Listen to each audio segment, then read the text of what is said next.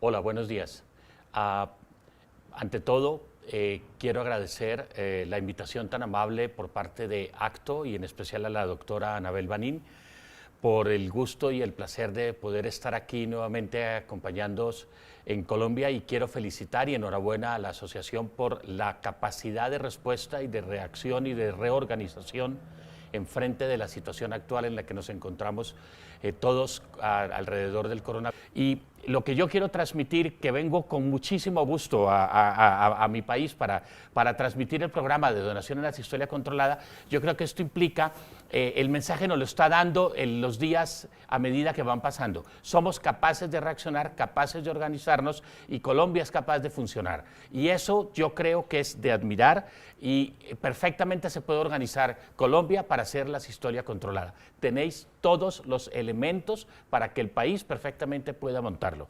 Y yo lo único que voy a transmitir, primero hago un disclosure de no tengo ningún conflicto de interés excepto el placer de estar aquí y el compartir con vosotros este momento de donación. Y este programa se basa en el modelo que tenemos en nuestro país, allá en España, y es que a mano derecha veréis que es la estructura dentro del hospital, es el grupo de coordinación de trasplantes en íntima interrelación con las unidades de cuidado intensivo y con urgencias, y dentro del hospital con los equipos de trasplante. Y esta estructura es la que nos permite que en nuestro país, en España, tenemos 17 comunidades autónomas y hay una red de 185 hospitales, veis arriba, autorizados para donación y extracción, y hay 43 hospitales que hacen, 45 hospitales que trasplantan, 10 de ellos con programa infantil, sensibles.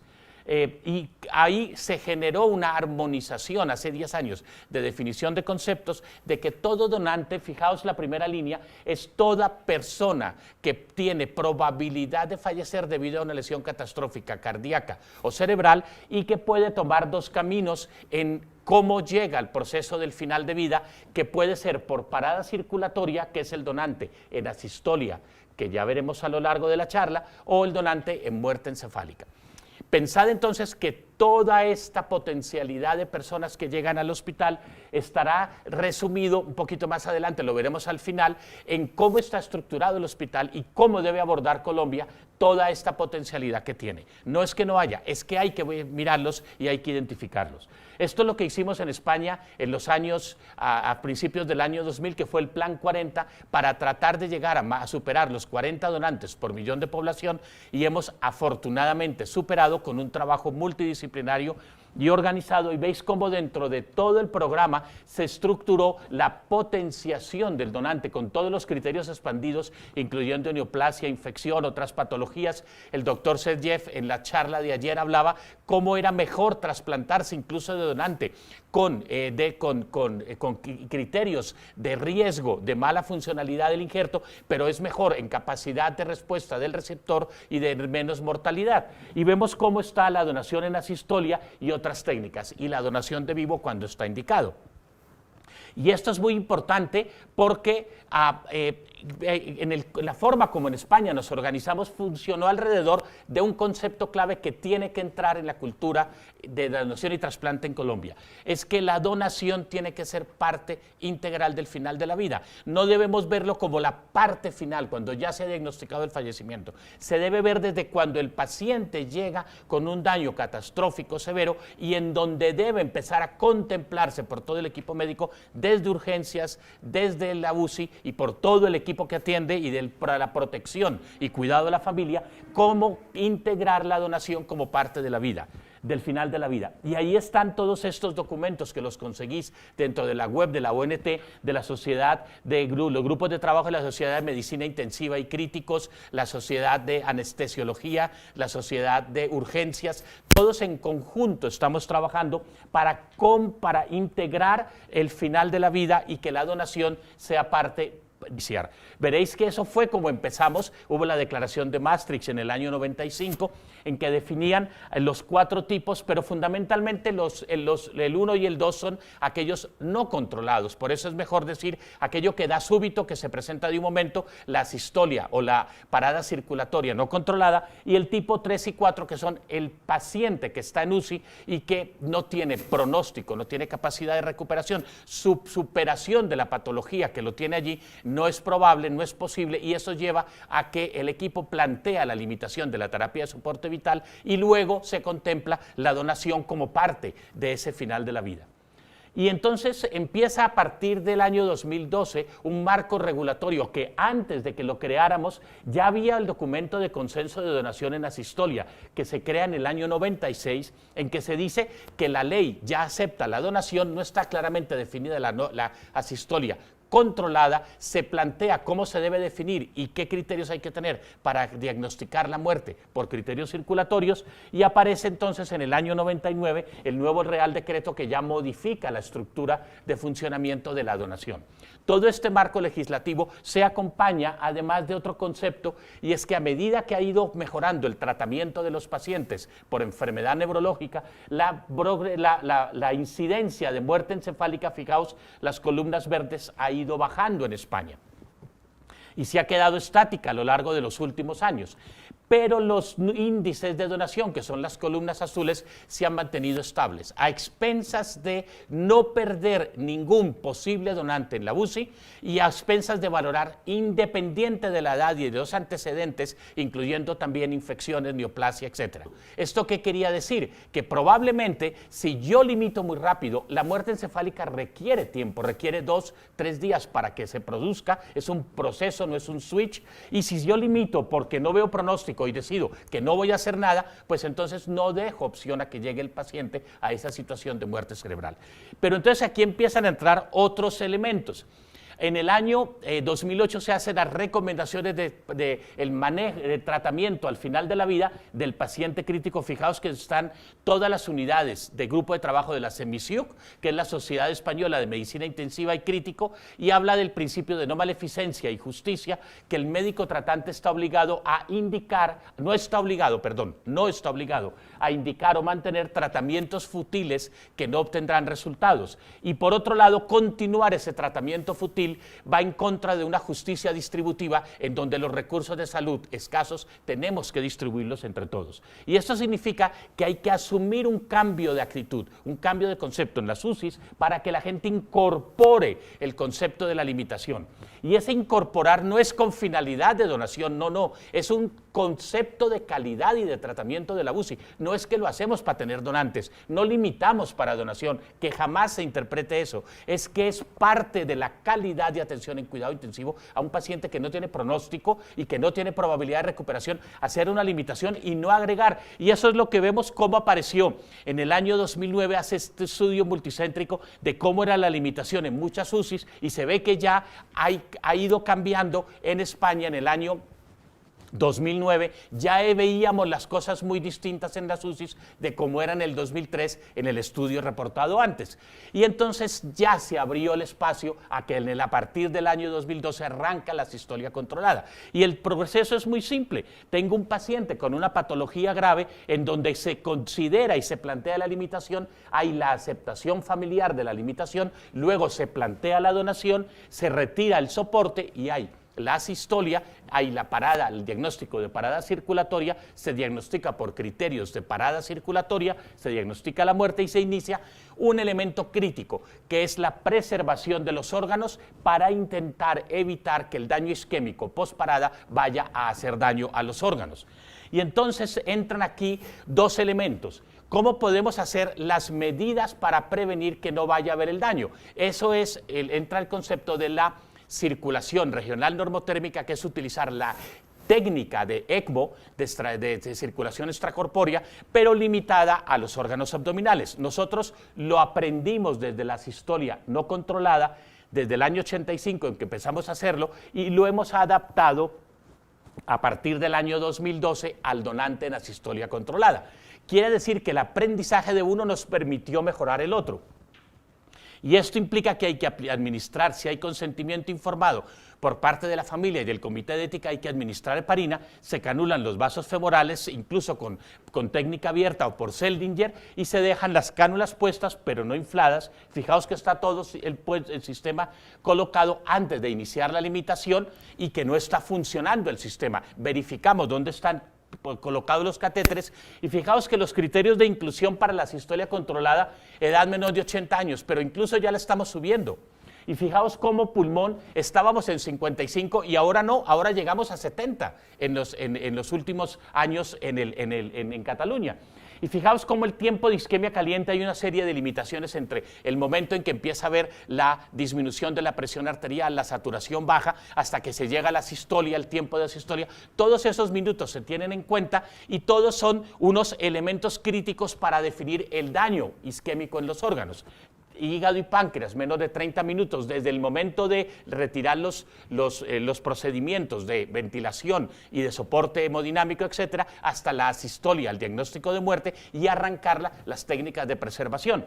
Y en los riñones y pulmones puede ser un poco más alto, porque el pulmón resiste muchísimo, lo mismo que el riñón a la isquemia. Obviamente hay toda la historia de neoplasia y todo lo que la incorporación del concepto nuevo hacia la muerte cerebral, de la evaluación del donante con neoplasia previa, etcétera. Aquí lo podemos hacer perfectamente y lo fundamental es que se establezca un protocolo de limitación consensuado con la UCI, porque es paciente de la UCI a quien se va a limitar, pero que luego habrá un proceso paralelo que es la donación. Entonces no es un problema de los coordinadores, no es un problema de los cirujanos ni del equipo de trasplante, es un problema de un paciente que está en la UCI y corresponde a la UCI la limitación. Y se debe hacer o bien en la UCI o bien en quirófano, donde sea también más cómodo indicarlas. Y estos son los resultados que hemos tenido en España. La donación, la donación en España ha crecido en 6 años el 40%.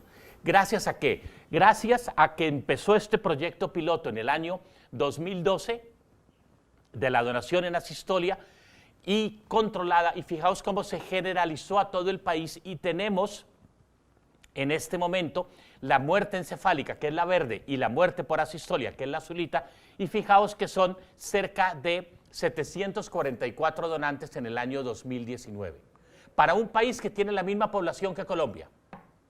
No me digáis que aquí no hay posibilidad, aquí hay y muchísima. Y fijaos cómo el consenso, el programa piloto y todo funcionaron y ahora tenemos este crecimiento brutal de la donación Peter McDonald. Entonces, esto quiere decir, ¿qué es lo que hay que hacer en Colombia? Esto, tan simple, el paciente tiene que llegar al hospital, tiene que tener acceso, tiene que tener movilidad para que llegue a los centros grandes donde hay la potencialidad de valorarlo. Allí en urgencias, de acuerdo a lo que se haga, pueden decidir, no hacemos nada, punto, no tiene pronóstico, paramos y se queda ahí, o se empieza a plantear que la donación es parte del final de la vida y se plantea a la familia, como ya lo venimos haciendo hace unos 10 años, el contemplar la intubación y el contemplar el pasado cuidado intensivo solo con finalidad de donación. Algo que puede sonar dificilísimo y complejo, requiere aprenderlo, pero que se puede hacer. Y luego cuando estamos en la UCI, que es un iceberg invertido, todo el número de pacientes que tienen potencialidad por daño catastrófico cardíaco y cerebral, muy poquitos llegan a la UCI. Por lo tanto, en estos de la UCI, que no llegan a situación de muerte encefálica o que se decide limitar, ¿por qué no se piensa en la asistolia controlada? Pero entonces hay que pensar en que la limitación sea adecuada y correcta, no limitación de 5 días. Y diciéndole a la familia, es que se va pagando como una velita, se va pagando, porque ese cuento, pues ya no. Aquí hay que ser francos con la familia y aquí hay que hacer una transformación. Si la donación es parte del final de la vida, tenemos que empezar a hablar con la familia desde antes de que lleguen al hospital, cuando lo trasladan los servicios de emergencias, cuando el pronóstico se define que es grave y sin pronóstico. Aquí hay que hablar con la familia y aquí hay que empezar a hablar de donación. No cuando estemos al final, cuando ya está certificada la muerte, porque en ese momento del choque ya no es fácil. Aquí es complejo, pero se tiene que empezar. Plantear intubación y traslado a la UCI solo con finalidad de llegar a ser una muerte encefálica. Pedimos tiempo, no hacemos otra cosa que pedir tiempo a la familia. En patología cerebral o cardíaca grave, incluso en pacientes de parada cardíaca, recuperado de la parada cardíaca, que hace daño isquémico de los órganos, pero que se recuperan después en la UCI, se puede plantear una limitación. Y en todo pronóstico grave sin recuperación en UCI, cuando se plantea la LED, hacer el diagnóstico de parada circulatoria y plantearla controlada. Esto implica que la familia tiene que incorporarse al proceso desde el principio, el cuidado y la atención cuidadosa y preciosa de la familia, y también favorecer el evitar que, que sea un programa. Esto no es un programa de los coordinadores, no es un programa solamente de los equipos de trasplante, eso es un programa en donde tiene que involucrarse todo mundo. Nosotros ponemos como pivote la coordinación de trasplantes, pero somos un elemento aglutinador de toda la cantidad de profesionales de los equipos de trasplante, pero requerimos el soporte del laboratorio, de microbiología, de infecciosas, de inmuno, de anatomía patológica, porque cuando hay resultados de analítica los necesitamos rápido, no pueden llegar en 2, en 4 horas. Y hay todos los criterios publicados, el consenso, que los tenéis acceso desde la web de la ONT, los documentos de consenso de la infección en el trasplante o la neoplasia, con antecedentes previos de neoplasia, que permite aceptar donantes que antes no aceptábamos y que se basan en el consenso del Consejo de Europa, que lo podéis bajar gratuitamente por internet, que se renueva cada 2 años. Y Colombia puede hacer esto, definir los papeles y los roles de cada persona en el planteamiento a la familia, que hace el cuidado intensivo, la información a la familia de la limitación, y luego coordinación, tiene que trabajar en conjunto con ellos para evaluar el donante, la voluntad de donación, las medidas premortem junto con los quirófanos y los cirujanos, la limitación de la terapia hecha por la UCI, la certificación de la muerte también, y la preservación dermotérmica entre la coordinación y los equipos quirúrgicos, y luego la perfusión ex vivo, que ahora ya estamos viendo la aparición de los técnicos en perfusión y laboratorios de perfusión ex vivo de órganos, que es a lo que llegaremos en el futuro. ¿Por qué? Porque para prevenir el daño isquémico a los órganos, no solo hay que hacer una identificación temprana, un manejo adecuado de la UCI y un cuidado exquisito de la funcionalidad de los órganos, pensando en que esos órganos, si yo no puedo recuperar el paciente, puedo recuperar los órganos luego de la donación, y luego la perfusión regional normotérmica en el bloque operatorio, y luego la valoración ex situ con las máquinas. Y entonces, lo que os decía, no es solo trabajar en la casa. Yo puedo ser capaz de que cuando tengo una oferta de un hospital que no hace trasplante, me voy con todos mis cotarros y me voy con todos mi mochila y con todo, y hago la donación allá, hago el donante en asistole allá, preparo todo el material, tengo las listas que tengo que hacer, todos los sets preparados, la maquinita portátil, me voy con mi set de todo. Fijaos cómo cada vez van creciendo las bolsas que me llevo, luego me uno con la gente de quirófano que llevan para el hígado, y fijaos con todo lo que nos vamos en una ambulancia, y eso se monta la ambulancia, tiene que estar todo adecuado para que no se dañe. Aquí van los héroes de la donación, que son el equipo de coordinación, aquí hay un médico mexicano que estaba con nosotros, y Rebeca del grupo nuestro, y después van al avión y nos vamos a Mallorca a hacer una extracción de donante en asistolia controlada, llevándonos todo, y ahí se hace todo el proceso, y fijaos cómo hay que acomodar entre los equipos quirúrgicos, camino a la coordinadora, todo el grupo, Frank, todos, fijaos, todo el mundo lleva los trebejos y los cotarros ahí al ladito, y todo con cuidado. Y fijaos cómo hay que calcular los espacios, todo va adecuado en la ambulancia, y lo vamos y lo hacemos allá. Y esto es lo fundamental, siempre hay que estar enseñando, y hay que definir con ello todo. ¿Y por qué está en rojo? Crítico, respeto del donante y respeto de la familia. Eso siempre, siempre, eso tenemos que tenerlo como punto siempre de abanderados en la donación. Es el respeto al donante y a la familia, y el respeto en el bloque quirúrgico, el respeto durante la extracción. Algo precioso que hacen los chinos, independiente del coronavirus, es el respeto y la honra que hacen al donante cuando van a quirófano, que es algo que tenemos que aprender. Y entonces, ¿es un mito? No, esto no es un mito para Colombia. Aquí estamos rodeados de precolombinos preciosos en esta sala del Grupo Amarey. Pero esto quiere decir, si esos precolombinos mostraban hace más de 1000 años lo que podía ser el avance de la medicina, ¿por qué no lo ponemos en avance de la medicina en Colombia? ¿Tenéis vosotros que potenciar la muerte encefálica? Sí, pero no os quedéis pensando en lo mismo. Hay que cambiar, hay que moverse. Tenéis una ley de muerte digna. Colombia es un país pionero en la eutanasia desde el año 2015. Tenéis todo el respaldo legal, logístico. se tiene que evaluar el concepto de la limitación, pero bien hecha en la UCI. Tenéis que pensar que no se ha de confundir que la sistolia no es que yo limito para tener donantes, no, no, no, hay que limitar porque eso es una norma ética de las UCIs cuando no hay pronóstico, pero hemos de contemplar dentro del abanico la donación como una parte del final de la vida. Y por supuesto, evaluar la perfusión regional normotérmica para preservar los órganos y asesoría por equipos de experiencia. Podemos perfectamente dar toda la asesoría y soporte, y lo que propongo yo es un apoyo con documento. Tenemos el documento de consenso de la ONT que se puede adaptar perfectamente aquí al país con el apoyo de la ONT, de los hospitales, incremento de los coordinadores de trasplante para aumentar la donación, la vinculación con los de dirección médica y los equipos de trasplante, no solo depender del coordinador del equipo quirúrgico, ser algo más integral de la dirección del hospital, y yo propondría establecer un programa piloto en una o dos ciudades con gran experiencia en la limitación y apoyo de la UCI, que era lo que el Congreso en 2 horas virtual. ¿Por qué no se puede montar la sistolia controlada? ¿Dónde está el pero? Preguntémonoslo adentro y verás que el pero lo tiene cada uno. No es el costo de la ECMO, no es el costo de que si no hay ECMO para los pacientes cardíacos, ¿cómo vamos a poner la ECMO para la sistolia controlada? Bla, bla, bla. Excusas siempre habrá, hay que hacer. Acabemos las excusas y hagamos. Este es un desafío el que estamos ahora y Colombia necesita cambiar. Hacedlo, por favor, la sistolia controlada.